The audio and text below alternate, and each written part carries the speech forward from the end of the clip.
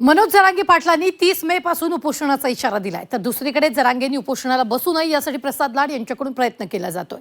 प्रसाद लाड यांनी जरांगेंना बैठकीतून तोडगा काढण्याचं आश्वासन दिलंय. दरम्यान यानंतर जरांगेंनी मराठी समाजाच्या बैठका थांबवल्या. पाहूया. महाराष्ट्राला कुठेतरी थांबवण्याचा प्रयत्न कृपया आपण मराठा समाजाला पुढे करू नये. 30 मेचं मी आंदोलन थांबवू शकत नाही, ते थांबणार पण. मराठा समाजाच्या मागण्यांसाठी जरांगे पाटलांनी पुन्हा एकदा आक्रमक पवित्रा घेतला. 30 मे पासून विविध मागण्यांच्या पूर्ततेसाठी जरांगे पाटील आमरण उपोषण करणार. तर दुसरीकडे जरांगे पाटलांनी उपोषण करू नये यासाठी प्रसाद लाड प्रयत्नशील. प्रसाद लाडांनी बैठकीतून चर्चा करण्याचं आश्वासन जरांगे पाटलांना दिलंय. त्यासाठी प्रसाद लाड जरांगेंसोबत बैठकीसाठी तयार झाले. दरम्यान यानंतर जरांगे पाटलांनी मराठा समाजाच्या बैठका थांबवल्या.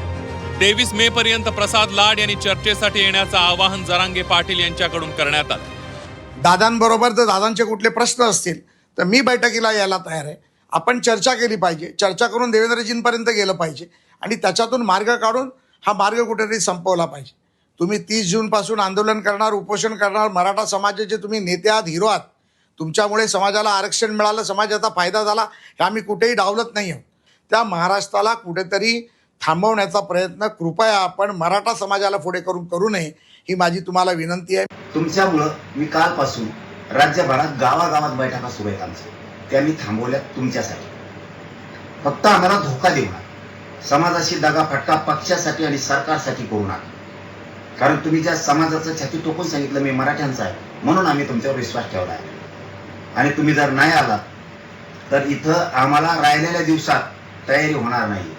30 मेचं मी आंदोलन थांबवू शकत नाही, ते थांबणार पण. प्रसाद लाड यांनी बैठकीतून तोडगा काढण्याचं आश्वासन दिलं. दरम्यान यानंतर जरांगे पाटील देखील सकारात्मक दिसतात. प्रसाद लाड यांना स्वतःहून निमंत्रण दिलंय, त्यामुळे बैठकीत सकारात्मक चर्चा होण्याची चिन्ह आहे. आम्हाला आंदोलन करण्याची हौस नाही, तसंच सरकारला देखील वेठीस धरणार नाही. मात्र योग्य तोडगा न निघाल्यास पुन्हा उपोषणाला बसण्याचा इशारा जरांगे पाटलांनी दिला. ही पहिली वेळ आहे की आम्ही ते म्हणल्याच्या नंतर आम्ही स्वतःहून त्यांना निमंत्रण दिलंय की 23 मेच्या आत, ही मी 18 तारखेला सांगितलं, 18 मेला की तुम्ही या. आम्हाला काय आंदोलन करायची हौस नाही किंवा सरकारला वेठीस धरायचं नाही किंवा मराठ्यांना वेठीस धरायचं नाही. तुमचा जर मराठा समाजाच्या पोरात इतका जीव आहे, त्यांची जी आत्मीयता दिसली, जी तळमळ दिसली ना मला बोलण्यात, फक्त तेवढ्यावरतीच आम्ही आशा ठेवली मराठ्यांनी की 100% मराठ्यांच्या मागण्या मान्य जर होत असतील, मंजूर जर होत असतील तर आंदोलन का करायचं. त्यांचं म्हणणं आहे ना तसं की आंदोलन करायची गरजच नाही. जर देवेंद्र फडणवीसांनी मागण्याची मंजुरी दिली नाही तर मी स्वतः आंदोलनात बसतो अंतर्वादी. याच्यापेक्षा काय पाहिजे मराठ्यांना. मराठा आरक्षणासाठी जरांगे पाटलांनी थेट मुंबई गाठली होती. दरम्यान यानंतर त्यांच्या मागण्यांची पूर्तता करण्यात आली. मात्र कुणबी प्रमाणपत्रांचं थांबवलेलं वाटप आणि इतर काही मागण्यांवरून जरांगे पाटील यांनी उपोषणाचा इशारा दिला.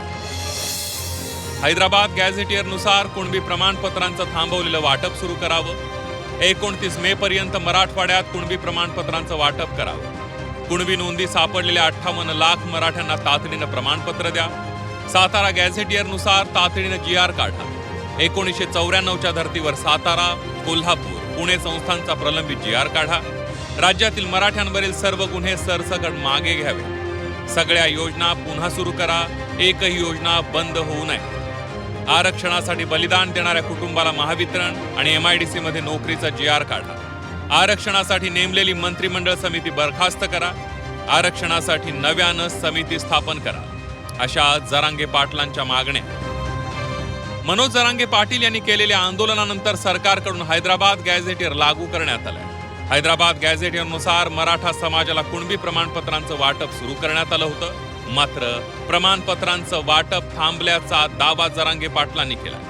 त्यामुळे लवकरात लवकर 58 लाख मराठ्यांना कुणबी प्रमाणपत्र वाटप करण्याची मागणी त्यांनी केली आहे. त्यामुळे लाड यांच्या सोबतच्या बैठकीतून तोडगा निघणार की जरांगे पुन्हा उपोषणाला बसणार, याकडे आता सर्वांचं लक्ष लागलंय. नितेश महाजन, झी 24 तास, जालना.